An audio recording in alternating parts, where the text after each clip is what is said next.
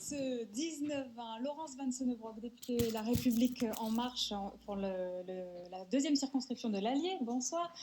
Avant de venir à votre actualité politique, quel regard portez-vous sur ce calendrier en 3 étapes, pas toujours bien reçu par l'ensemble des professions? Alors, c'est pas tellement le calendrier, en fait, c'est plutôt les mesures qui parfois me laissent un peu perplexe, comme justement les restaurateurs. Alors, autant, bon, là, je vais certainement recevoir des courriers de la part des gens qui tiennent les bars et les discothèques, mais autant dans les restaurants, on sait qu'il y a moyen. Enfin, justement, cette catégorie professionnelle a fait énormément d'efforts, justement, avant ce confinement dans lequel nous nous trouvons, justement, en permettant de remplir des listes avec vos noms, vos adresses, vos numéros de téléphone.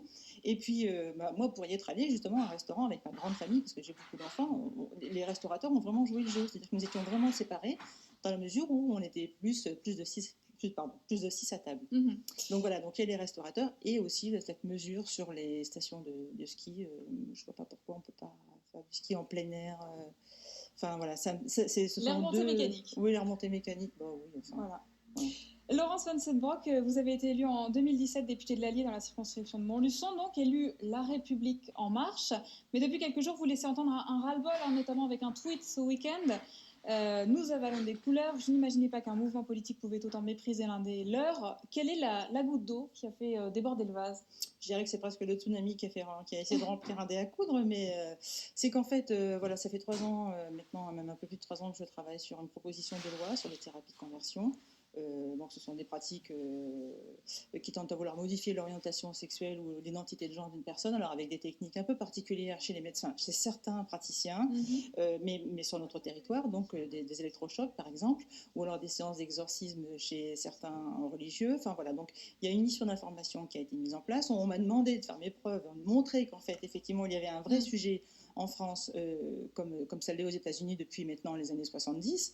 Et donc, en fait, on m'avait promis certaines choses. Donc, vous travaillez sur ce texte. Oui. Et finalement, alors on me dit ce sera éventuellement intégré au texte, alors à l'époque qui s'appelait la lutte contre les séparatismes.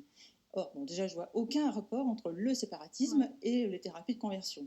Le simple lien qu'on peut y trouver, c'est la religion, mais en l'occurrence, quand on fait de la thérapie, enfin de conversion, rien à voir avec le séparatisme. Bon, maintenant, le texte qui a un peu fuité dans la presse, finalement, a un nom un peu plus édulcoré, qui pourrait éventuellement pourquoi pas, permettre l'intégration des différents thèmes de cette thérapie, mais de ce texte, pardon, de cette proposition de loi.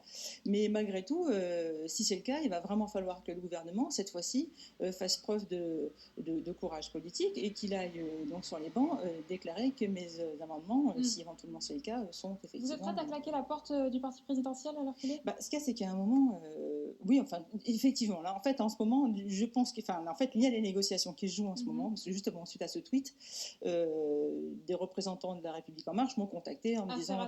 Voilà, il ne faut pas quitter le navire maintenant, mais bon, moi, j'attends aussi des preuves d'amitié, voire d'amour. J'aimerais votre réaction sur un autre texte de loi adopté mardi à l'Assemblée, c'est celui sur la sécurité globale, avec ce très controversé article 24. Qu'avez-vous voté?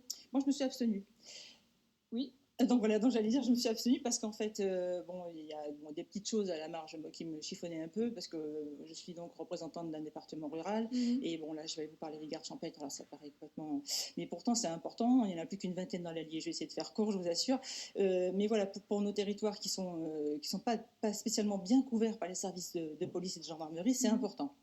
Ensuite, il y avait aussi ce problème à mon avis, on restreint malgré tout la liberté d'expression et le droit de diffusion de l'information. Avec ce très controversé article 24. Oui. Alors d'autant qu'en plus on est en train on vient en fait de valider ce texte, alors qu'on est toujours, moi j'ai fait partie d'une commission d'enquête qui permet d'évaluer la déontologie au sein de la police nationale et de la gendarmerie. Alors en fait c'est un peu dommage de mettre en place des commissions d'enquête si on n'attend pas la validation de cette commission, le rapport final, pour finalement décider de légiférer sur le sujet ou pas. J'ai l'impression qu'on a légiféré un peu dans l'émotion, c'est-à-dire que voilà, il s'est passé des choses, et tout de suite, le gouvernement s'est senti obligé de répondre peut-être plus vite à ce qu'il était nécessaire. Et l'actualité rattrape cette controverse avec les images depuis le début de la semaine de camps de migrants évacués place de la République à Paris, le passage à tabac du producteur de musique, un article 24 qui est de plus en plus difficile à défendre. Bah, moi, il me semble, hein. Enfin, déjà, moi, j'ai jamais défendu, donc en ce qui me concerne, ce que je regrette un peu, c'est que les gens ne comprennent pas les positions que nous, quand on s'abstient, on puisse avoir. Mais voilà, c'est justement ce genre de cas en tout cas, me prouve qu'il faut Merci. être prudent en matière de législation. Article qui interdit donc de diffuser des images de policiers en cours d'intervention. Merci Laurence Vansenbroek d'avoir répondu à nos questions ce soir. Merci.